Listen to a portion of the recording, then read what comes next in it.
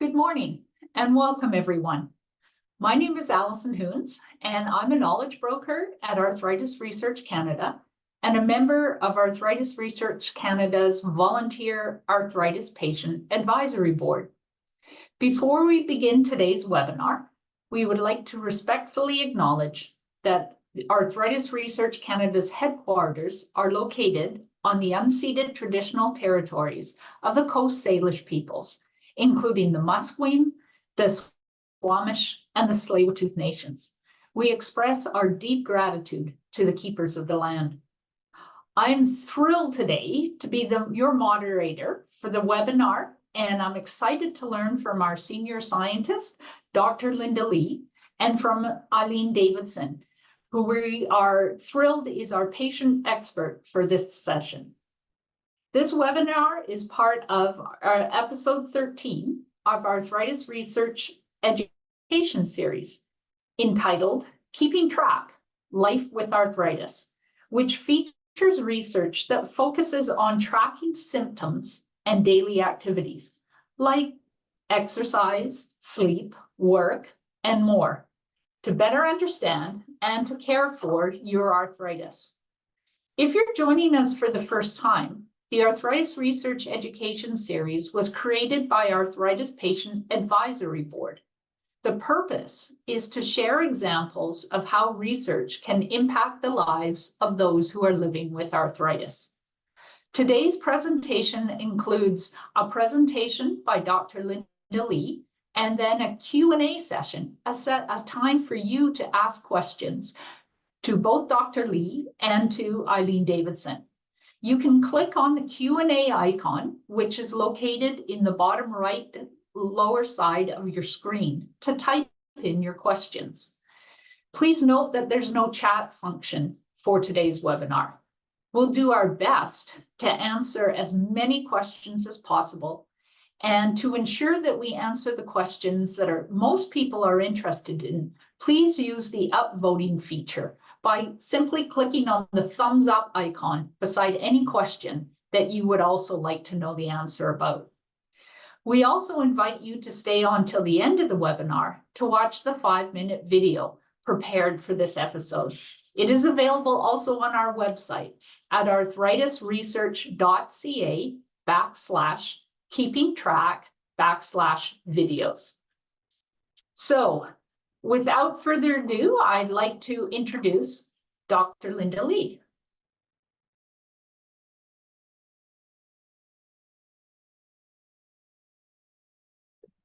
Thank you very much, Allison. And I see that Eileen is here as well. So welcome. And I want to welcome everyone for joining this education series. And good morning and good afternoon, depending on where you come from. So I am going to share my slides. Is that okay, Allison? Yep. Okay. All right. I am hoping that everybody can see my slides. Can someone give me an indication that you can see things on your screen? Yes, we can. Thank you. Thank you, Eileen. So let me just try this. All right. All right, so what I'm going to talk about today is about tracking your health. And we know that how important it is for managing our health, our everyday life, our symptoms with arthritis, that knowing more about what we do and how we feel on an ongoing basis can tell us a lot about what is going on in terms of the disease activity, in terms of our general health. So we're going to focus on this particular topic today. I have nothing to disclose in terms of financial relationships in any of the devices and items that I'm talking about. And I would also like to acknowledge that I'm joining you from the unceded traditional territory of the Coast Salish people, including the Musqueam, Squamish, and the Tsleil-Waututh nations. I'm very grateful to have this opportunity to be on this beautiful land and do the research and the work that I have the privilege to share with all of you today. So a little bit about myself. You know, Allison was actually the one who introduced to me that, there is a way that you can put all the papers you publish and do a word cloud and see where you land. And that's probably will, help to describe your what you do in a way that people can see. So I tried that, and this is what you are looking at. I am a health services researcher. I do a lot of work in the area of arthritis, particularly in the area of physical activity. And we do a lot of measurement, we test intervention, so treatments for arthritis. And we also deal with a lot of data. And some of these data really comes from using different ways for people to track their symptoms, how they feel and what they do over time. In the earlier days, we would do it on, we did it on, pen and paper. And nowadays we have some really useful and commercially available devices that we can use to track physical activities, which give us a different level of data that we can use to inform our practices and understand a bit more about how to manage arthritis. So what I'll do today is focus on three things. I'm going to talk a little bit about why we keep track and using these devices. I'm going to talk a little bit about the differences between consumer technologies and research-based technologies, and sort of what are the differences and how we can leverage those informations to learn to manage arthritis better.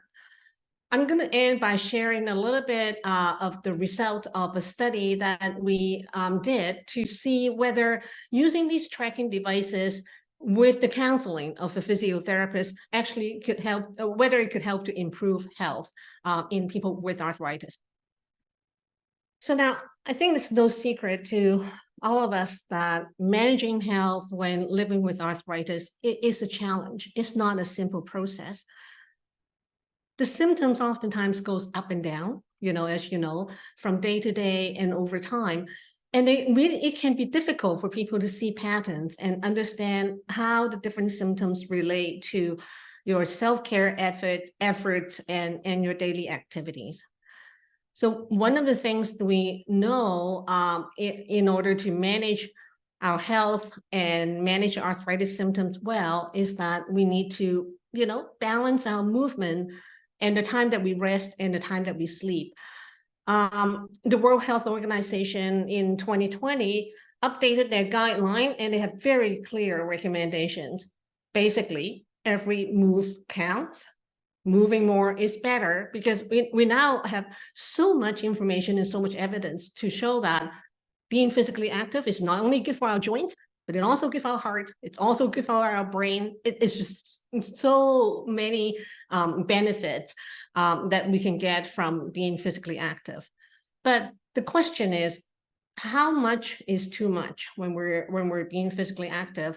And oftentimes we also know that when we have a flare up, people living with rheumatoid arthritis, Eileen probably can speak to that more better than I can, that sometimes when you feel that a flare-up is coming up, the first thing that it may change is actually how you move around and your ability to carry on with your physical activity.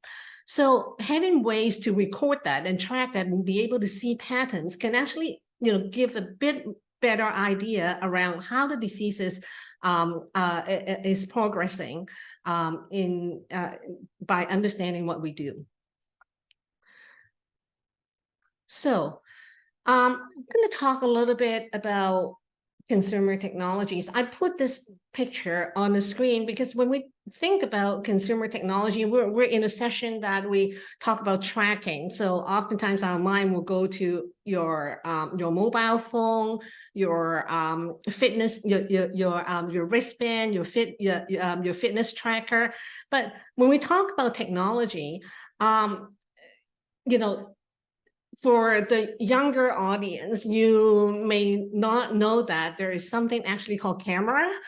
Camera at that point, it was actually a technology that allows us to capture images. For some of the even younger audience, you may not seen a telephone, in your everyday life.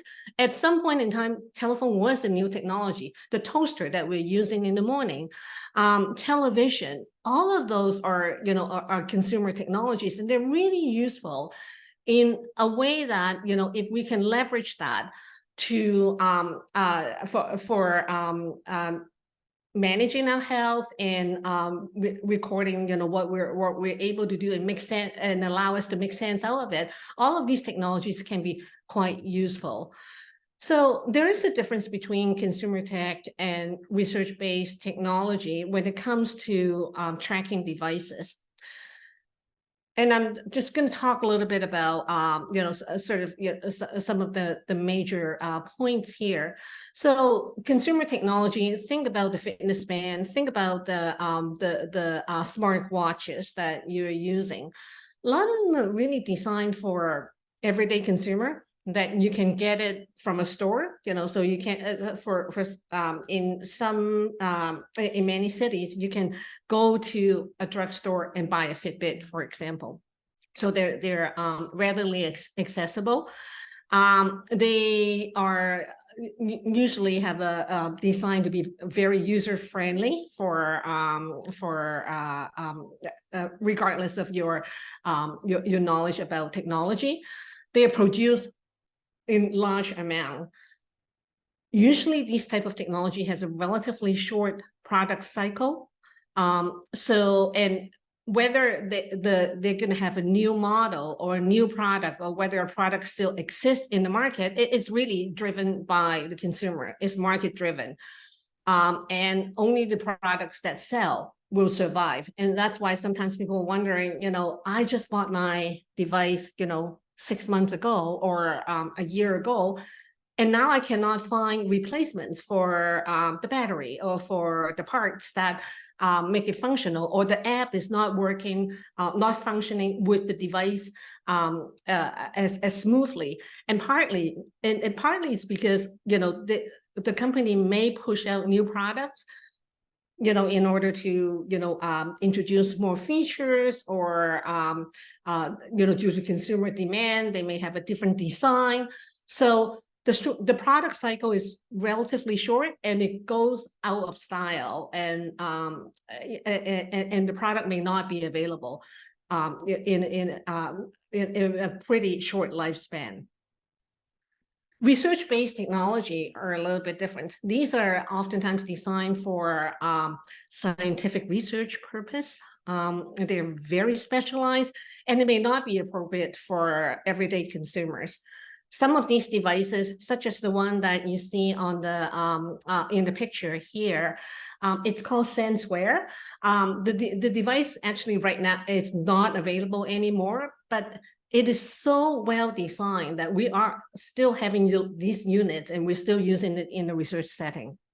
So these devices have been tested for validity, for how reliable they are, and they're capturing the accuracy for capturing information is very high.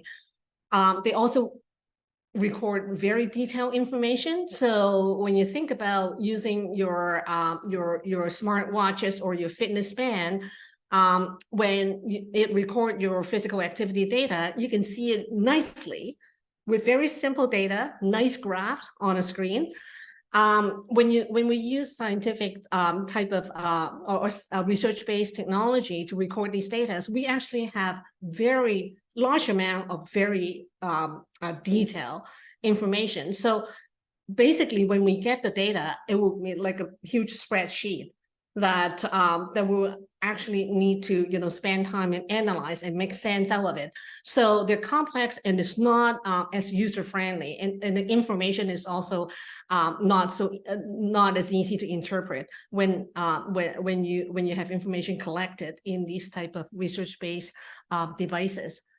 The product cycle is relatively long for these type of devices. They're quite stable in terms of what is on the market.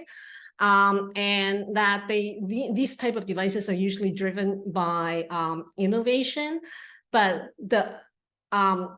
technology that they're using, even if they're measuring physical activity or different type of parameters like heartbeat or heart rate and your oxygen level, for example, very accurately.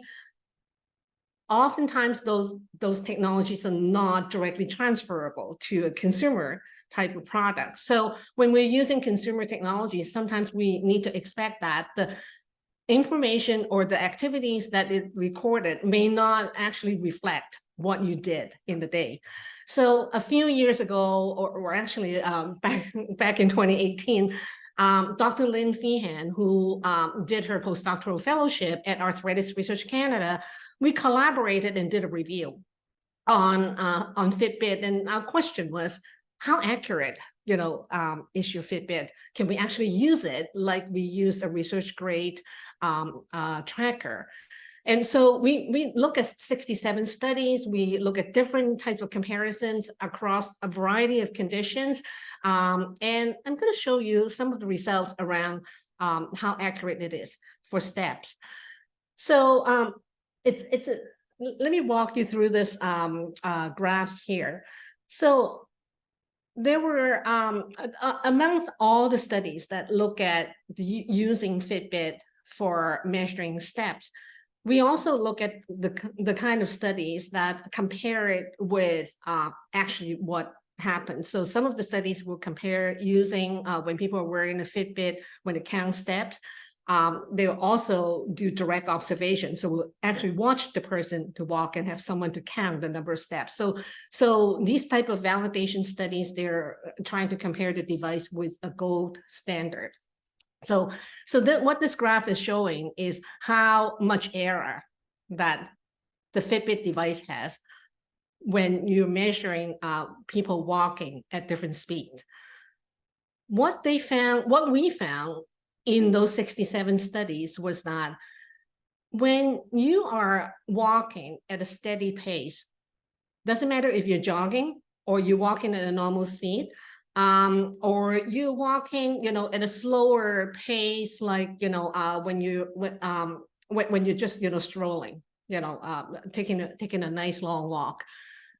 Your Fitbit is pretty good in terms of measuring the actual number of steps. So what you're seeing here is the measurement error on the y-axis on the bar right here.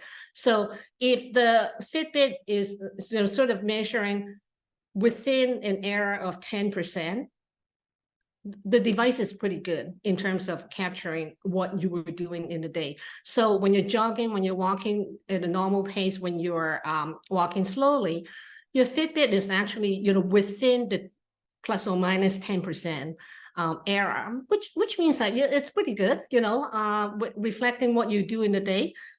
But the problem is, if you're walking very, very slow. So we're talking about, let's say if you have a very sore knee, or both of your knees are sore, and you're walking, at a pace that is sort of below 0.8 meter per second. That's really slow when you're walking.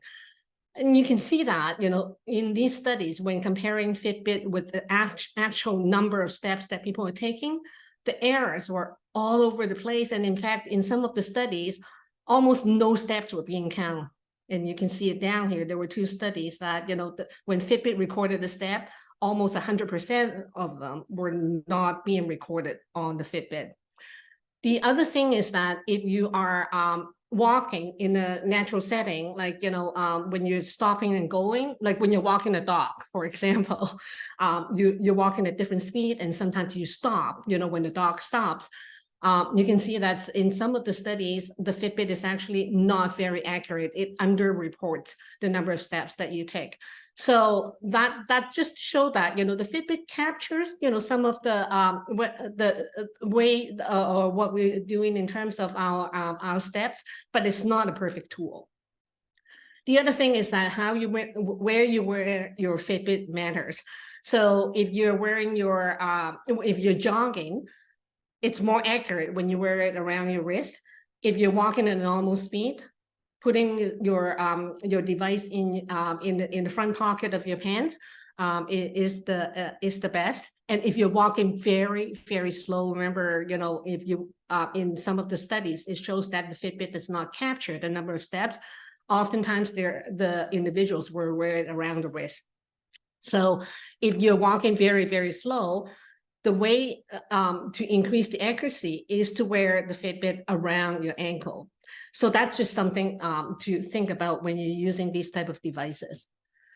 Now, the question here is that, are these type of devices really help for people to be more physically active, and does it really improve their health? So here I want to show you a review that was published in 2022 that look at all the literature, all the papers that were published up to the time when the paper was published, and what they found was that overall, when we're using these type of devices, as compared to not using the device at all, it helps people to increase their number of steps, on average about 1,800 steps per day, about 40 minutes per day more in terms of walking at any speed. So people are more physically active when they're wearing those devices. And it also increased on average about 6 minutes a day in terms of people engaging in moderate to vigorous physical activity. Now, you may think that 6 minutes is really, no big deal. Is it really making a difference? One of the things that we need to know is that when we're looking at these data at a population level, there even a small increase makes a huge difference. So in this particular study, the authors actually make a point that if you consider an increase of about 5 to 10 minutes a day of moderate to vigorous physical activity is actually considered meaningful at a population level, then the result here that about increasing 6 minutes per day on average when you're using the tracker, that's probably something that is meaningful in terms of improving health and approaching clinical significance. So there's another study that I want to highlight. Again, is published in 2022 that asked the question one level up. So what this review was to look at all the studies that compares the use of the use of a monitoring tool plus other things. So these other things can be including an education session, or have someone to do counseling for your physical activities, or some other ways to complement the use of the devices. So this paper looked at, or this review looked at all the studies that compare a monitoring device plus something else versus the monitoring device on its own. They look at 75 studies. And what they found was interesting. So at the end of the trial of those studies, people who use the device plus other components gain an additional 922 or 926 steps per day as compared to people who only use the device. Now, when they did follow up after the study was over, they found that people who use the device plus these other components had their number of steps reduced after the study finished, but it was still, compared to people who only use the device, there was still 400 steps more per day. So it shows that people, when they're using the device with other components that probably have other ways to address ways to help them to be physically active, it actually increased their walking. And even when the intervention, when the treatment is over, they still keep that habit of walking a bit more. Now, what they also look at was that, well, when we look at those other components, what actually works the best? And what they found was that The additional component that works the best was actually using telephone or video counseling provided by an exercise professionals or a physiotherapist. And that's where the added benefit comes from when people are using the devices. The counseling technique itself, the approach the counselor is using varies a great deal across those studies, but the key is that you need someone to check with the individual who's using those devices during the duration and help to guide them to be more physically active. And that's where the active ingredient is. So something that we find very interesting here. So given what we know from the previous studies, we developed an intervention that we combine group education. We combine with the guidance of a physiotherapist to help people to set physical activity goals and counsel them to be physically active. We give people a Fitbit, and then we develop an app for people to be able to track their symptoms and at the same time upload their Fitbit data so that they can see in the duration when they are using these devices how their physical activities affect how they the symptoms and how they feel during the day.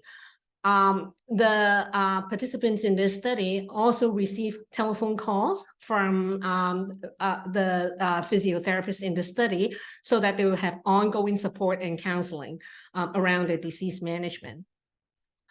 The platform we've developed, it includes an online journal for monitoring symptoms and disease activity and treatments, and that's developed by Dr. Deanne Lakai's team.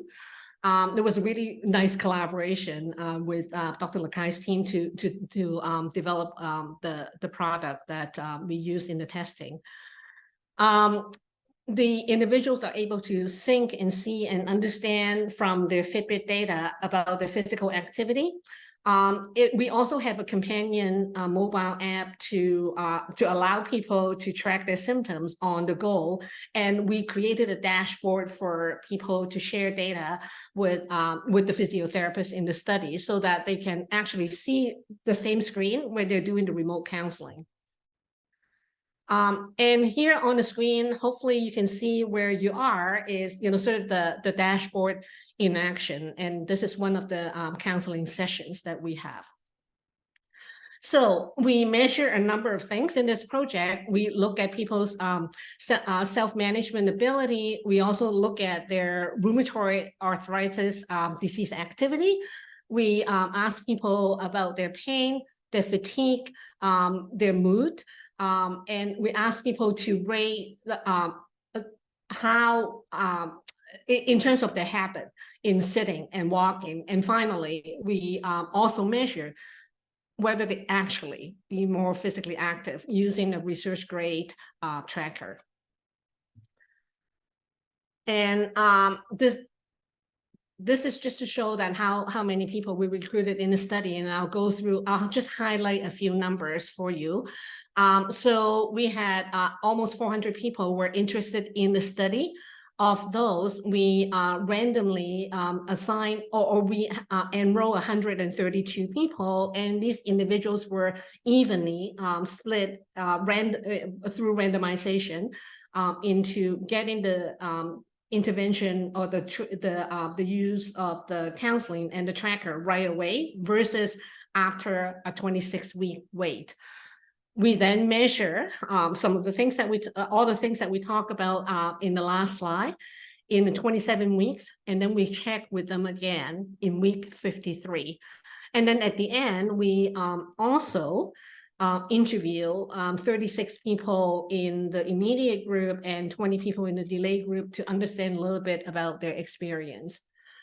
So about the people who participated in the study, 92% of them were women. They're on average of age 56 years of age. They had the disease for about 11 years. They had rheumatoid arthritis for about 11 years. 66% of them said that their health was pretty good when they started. More than half of them were already physically active, and about 80% of our participants actually finished the study during COVID. So I think we need to look at the result of this study in that context. And we just actually published the result right here, but I'll summarize what we found. So we found that similar to what we've seen in the previous literature that I showed you before, that people who use the tracker with the physiotherapy counseling, after the 6-month intervention, people felt that they were able to manage the disease better. Their rheumatoid arthritis disease activity, depression, and fatigue went down. People feel that they were able to walk more. But what was interesting was that we didn't find a difference in terms of people's actual physical activity participation and their pain. But again, I come back to remind you that we finished the study 80% of the people during COVID-19. So I think the physical activity was a little actual engagement in physical activity. The pattern was probably a little bit different during the time during the pandemic. This was a 9-year journey that we've embarked on, started from 2014 when we actually crowdsourced with people like yourself, the audience here, that what are the research priorities to focus on. And the work carried on till 2019 when we started the study. And in 2022, we finished the study and we actually enter our creation of the app to an Arthritis Ideator Award. And we were one of the 5 award that was given. So we're very proud of what we've done.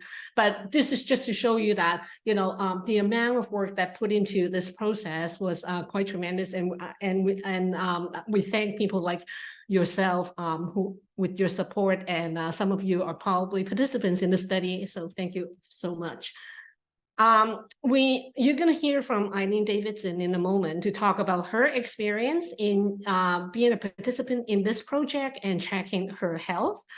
And I just want to highlight that in addition to the app that I talked about in the study, we also created within Arthritis Research Canada a number of other digital type of tools that you can use to track long COVID symptoms. For example, we have decision aids on medications and other type of apps for osteoarthritis and for older adults to be physically active.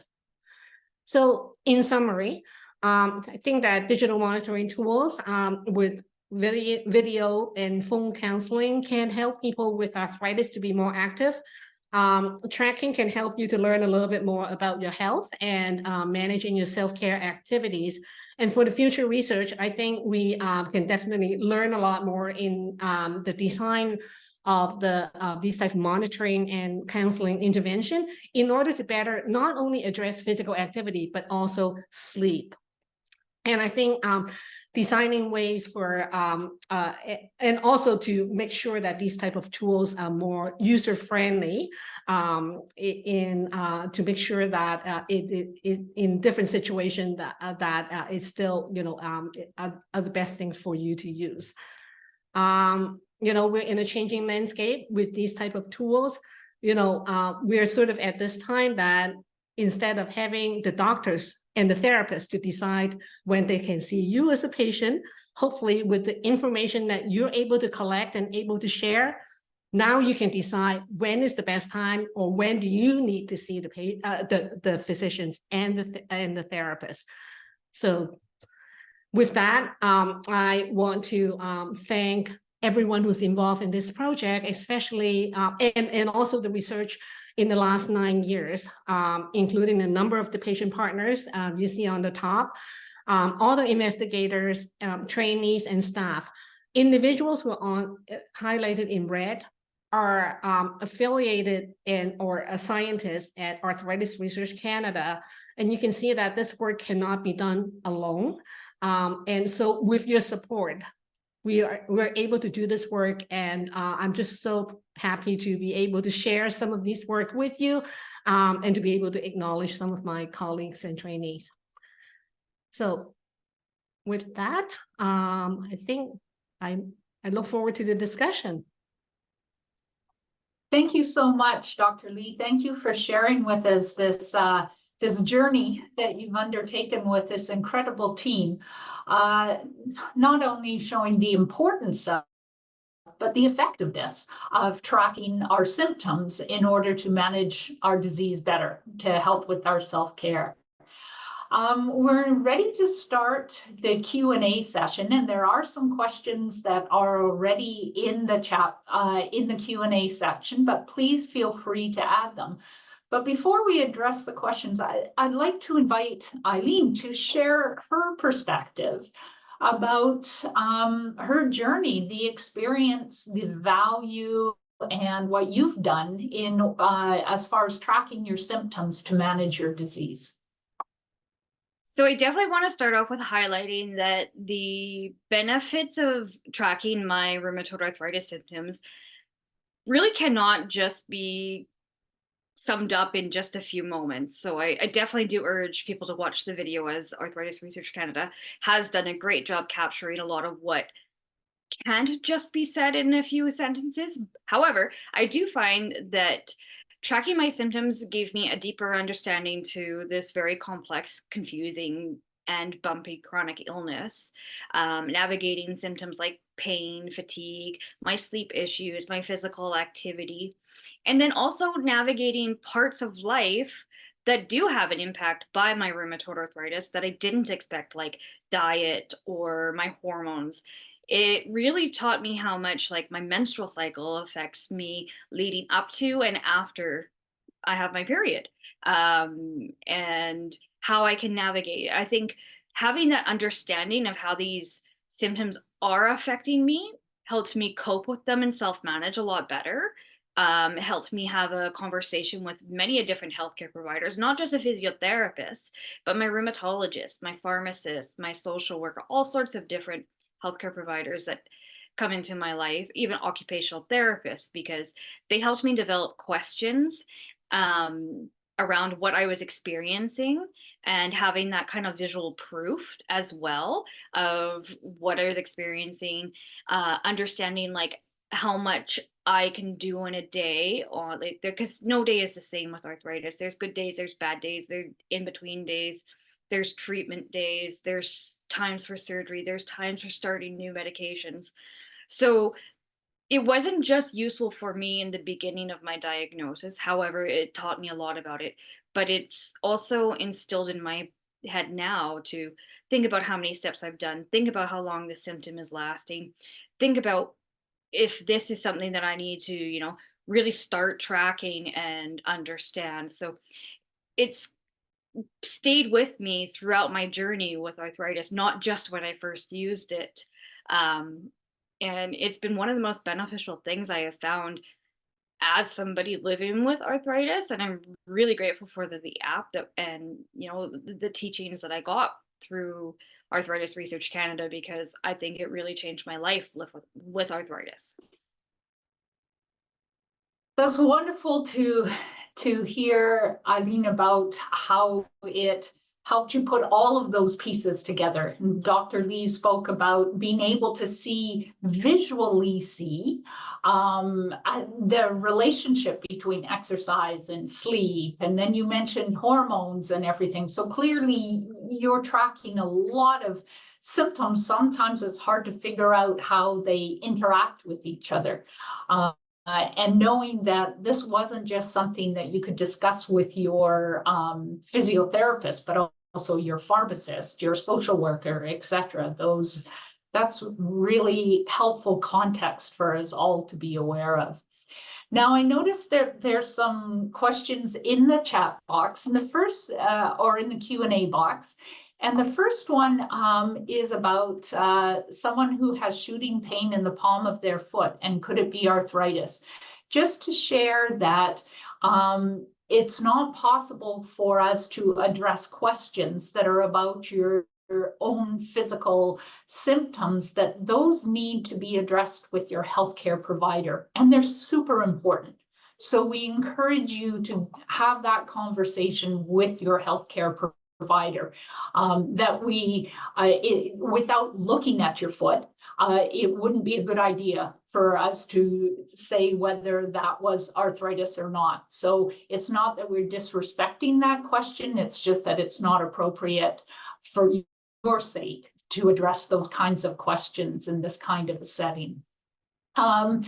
There are several questions, Dr. Lee, about whether these findings are only for rheumatoid arthritis. Would this kind of tracking of symptoms also be useful for osteoarthritis? Yeah, that's a great question. Simple answer is that I think any sort of additional information that you can learn about yourself is always helpful. So if you remember the review studies that I mentioned in my talk, that when we're looking at tracking physical activities and how it's beneficial for managing health, those studies were not just in rheumatoid arthritis. There were people with osteoarthritis, there are people with other types of health conditions. Stroke recovery, for example, is one example. People who had a heart condition, those individuals were also included in those studies. And many of the studies are actually looking at people with a chronic condition and how they manage health. So all is to say that these type of tracking allow you to know your own health and your activity better, and it's certainly helpful to inform how you want to manage your condition. And if you can share the information with your healthcare provider, it also helps them to work with you in managing your health. So it's a long way to say that, yes, I think these type of devices can be useful for for people with osteoarthritis as well as rheumatoid arthritis. Yeah, and we know too that there's lots out there about using this kind of information to help manage diabetes and to help manage cardiovascular disease. And many of us live with more than one condition. So information is power, regardless of what kind of condition that you have. I'm looking at other questions here. One person says it's disappointed to find out that activity didn't help pain. And you mentioned the things that it did help, Dr. Lee, but I'm wondering from Eileen's point of view, how does the activity help your symptoms? Does it help pain, or does it help other symptoms, or? It really depends on what activity you are doing. For an example, when my last medication was failing me, I was struggling to go for my daily walks because that was higher impact on my feet. That's particularly where my pain was. So I switched up my exercise to the elliptical and swimming, which were lower impact, and I was able to do those exercises. So it really does depend on where you are at. Arthritis fluctuates. Sometimes I can run for a few minutes. Some days I'm going for the elliptical or slow movements in the water. It is knowing how you are that day and meeting it at where you are at that day. A little bit, or actually a lot of trial and error. A lot of consulting with exercise professionals who understand arthritis pain. Appropriate footwear is also very important. And giving exercise time. Sometimes it will hurt more at first, but over time it does help alleviate inflammation, helps your muscles become stronger, and you build more stamina. I always find this beginning stages of exercise to be the most difficult, but so beneficial to get through over time. And if exercise is not helping me, then that is a conversation I absolutely must bring up to my rheumatologist, because it could be a sign that my medications or something else is going on, like an infection, or my medications are failing me. It's not that I'm failing the medications, they're failing me. Yeah. Thank you, Eileen. Linda, did you want to add anything to that? Yeah, so I'll add that, the message from the study I presented is not really around activity does not help with pain. Remember, more than half of the participants in that study were actually physically active when they started the study. So what we found in the study is that at the end of the counseling intervention, plus the use of the monitoring, the tracking device, is not changing in how people rating their pain at the end of the intervention. But you can imagine, if people were already, some of them already quite physically active, the pain level, if you look at, and I don't remember the exact number, but the pain level was actually not very high to start with. So you don't have a lot of room to improve. So when we're comparing the group that with the tracking and the counseling with the group that were waiting to get the intervention, we didn't see a significant difference between those two groups at the end of the 6-month period.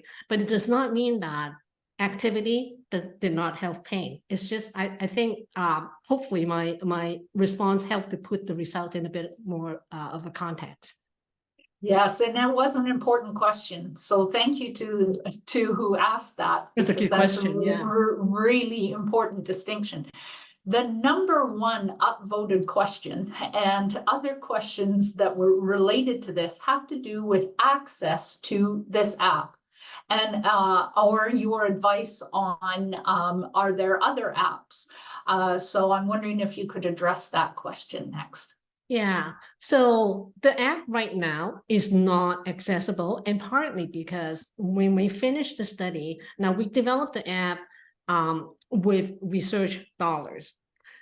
When the research funding is over, we will need to have other ways to maintain and monitor the app right now. So I think, part of it is, for us to be able to find, the funding to be able to, for the upkeep. Just think about when you buy a car, you cannot let the car keep running without the maintenance. And we're sort of, at the stage that we used the app for the study for several years. And now we're at the stage that we'll need to look at raising funds to make this app continue to function. So we have the platform, but it's not accessible for people right now because we have not been able to maintain it for a while. Having said that, I think in terms of for people who are interested in tracking your physical activities, if you are using a fitness tracker, usually it comes with a dashboard, so Fitbit, for example, and I mention it because I'm familiar with the device. I'm not promoting the device at all. But the dashboard from Fitbit itself can tell you around your physical activity level. And if you're using, your mobile phone, I use an iPhone myself. I don't know how the Android platform works, but iPhone has a free app that you can use it as a way to track your steps. It'll give you a summary, some information about your physical activity. So if you want to, set up a few items that you want to track regularly. Let's say you want to track your pain. You want to track the level of your fatigue. You want to track your medication when it ends.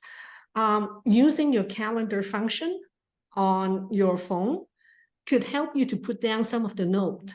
Now, over time, if you look at, sort of your rating in terms of your pain level, your fatigue level, when you start or add or change your medication, plus your Fitbit dashboard or any devices that the dashboard that you're using, it can give you that picture around what you do and how you feel. Now, it's not all in one place. So the app we've developed allow us to have all the information to show in one place, which is what we would like to, that's the ideal. We hope that, if we're able to find the funding to be able to, to continue, maintain it and be able to release it for everyone to use, we'd love that. But at this point, I think there is a messier solution, but it works.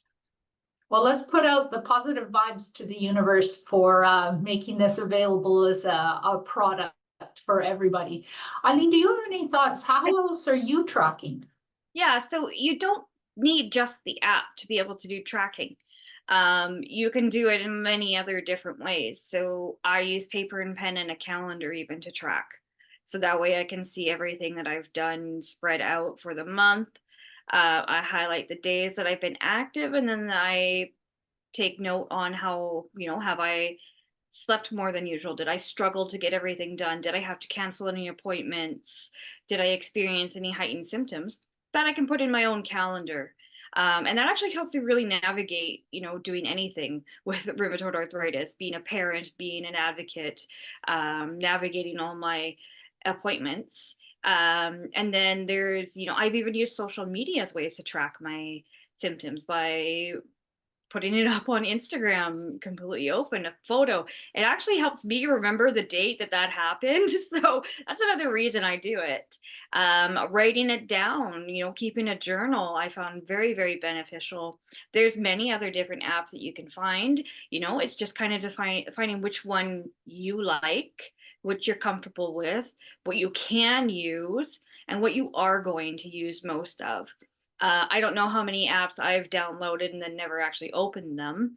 It does happen. I do personally use the Fitbit because that's the the product that I was given and I've become comfortable with. However, since I have bought my son and other people cheaper knockoff versions, which have worked great for them. And we actually share together like how we feel and how our sleep is, and like we get motivated together to do more steps. So it's been a win-win situation for me as a mother with arthritis as well, because a lot of what I'm doing has now mimicked onto my son, and we actually have that connection where we enjoy tracking our physical activity and how we're feeling and being healthy together. So it's another way for us to connect. And he has some $40 device that I bought off of Amazon. It works great. It doesn't need to be an expensive brand name one. And do I open up the app every day and able to use it? No, because I need to be able to do what's best for me at that time.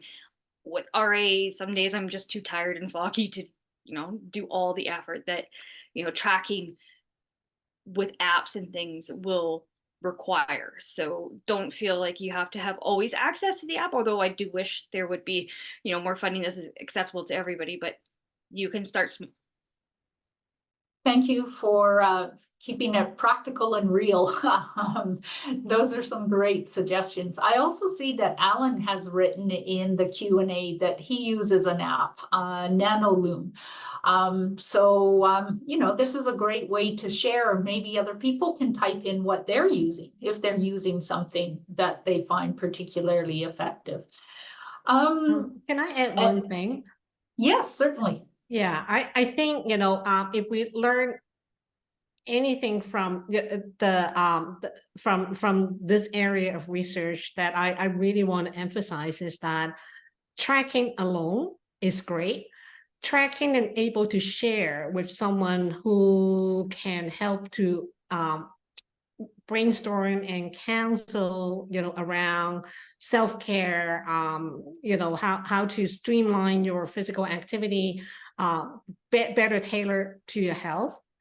That's the secret ingredient for managing arthritis. So if you're tracking, make sure that you find a way to share that with your healthcare provider so that, it helps, with the your clinic visit and inform, what sort of recommendation it's tailored for you. Thank you. That certainly resonates. Yes, we can look at it ourselves and try and interpret it ourselves, but it's that much more rich when we take it to others who can help us with that interpretation and provide some guidance on how to act on that. Eileen, I see you had unmuted. Did you want to add to that point? Yeah, I find that also helps with the aspect of like the isolation, loneliness, and motivation that comes with living with arthritis. to have somebody kind of like that support network. Support looks in so many different ways. It's not just your friends and family.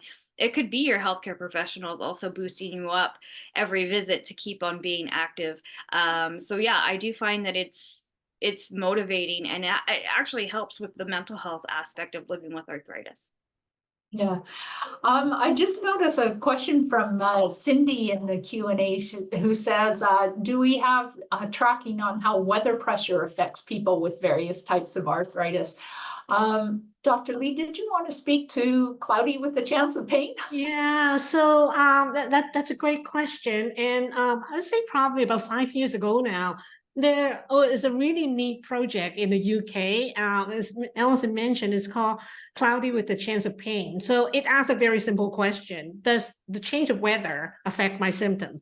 So this researcher, Dr. Will Dixon, created an application that get a lot of people in the UK to download, and what they do is just to track their pain. I don't know if they track other things, maybe just pain. And then they'll ask for permission to download the geographic location, so you can actually get the weather forecast and the changes in the weather. And they've done it for probably maybe 2 years, and the result was basically that the weather changes really does not affect all that much in terms of symptoms, except when there's a change in barometric pressure. Yeah, it was very cool. Look it up. Google it. Cloudy with a chance of pain. I mean, I see we're looking at what did you want to add anything before I go to the last question? Yeah, so that was one of the things that I ended up adding myself when it comes to tracking. Like if we had a heat wave or if we had heavy rain, snow, foggy days, I would note that because I would notice not necessarily pain, but fatigue would be triggered first. And then when you have higher fatigue, you're going to be less active. So you're probably going to increase your pain. So that's another reason why the weather does affect our pain, is because it does affect how active we are, and that can increase our pain. So yeah, it's something that I would have to add myself. If we were to develop a new app, I would probably add it because it's important. Thank you. There is the last question that I see, I think is a really great one for you to address to Eileen. Is there any group for people living with arthritis to get that support? What are your thoughts about that? Depends on if you're looking for in person. If there are, then and you're in Vancouver, please come join my support group at the Mary Pack Arthritis Clinic. Or participating in research is a great way to connect with other patients. Or even on Facebook and social media is another great way to connect with other patients. So I wish I could give you a full answer of where you could find exactly the support that you would need. However, it depends on your location and where you are looking for that support, so online or in person. Hey, thank you both for a very informative, but also very realistic exploration of the importance of tracking our symptoms. I mean, I learned things like, okay, commercial trackers are very helpful. They're not perfect, but they're helpful. And you don't need to use something expensive. And if it doesn't seem to be tracking accurately, try putting it on your ankle. I learned too about the importance of sharing that information with our healthcare providers, no matter who those healthcare providers are. So we really appreciate the time that you've shared with us today. And I really want to also thank the audience for joining us. Over 175 people joined us. So don't forget to stay on. When we finish the thank yous, we will be showing the video, which is about 5 minutes long. But we'd also like to thank our sponsors for their support. AbbVie, AstraZeneca, Biocon Biologics, Fresenius Kabi Canada, JAMP, and Janssen. And finally, we really want to thank you, Linda and Eileen, because you have gracefully shared your time and your knowledge, your expertise, and your experience so that we can all benefit from us. And for those of you that are joining, if you haven't had the opportunity to visit the website, please check it out. It's at arthritisresearch.ca/learn. We've all kinds of episodes in the past, ones that are still coming up on a variety of topics. And there will also be sending you a quick survey when you sign off. And we encourage you to take a few minutes to complete it. Everyone who completes the survey by March 31st will be entered in a draw to win a Starbucks gift certificate. So now we're going to play the video for you, and we wish you a wonderful day. Thank you for joining us.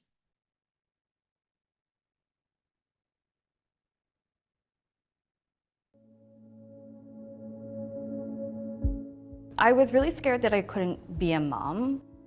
I was really depressed and I was always in pain. I couldn't do things like hold my son or lift him much without pain or needing to put him down after a few minutes. And so I felt like I got to miss out on a lot of the things that a healthy mom would be able to do.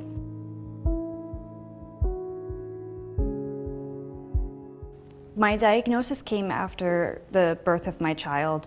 I had been experiencing a number of years prior to that pain, and the symptoms that I had during my pregnancy just kept getting worse and worse.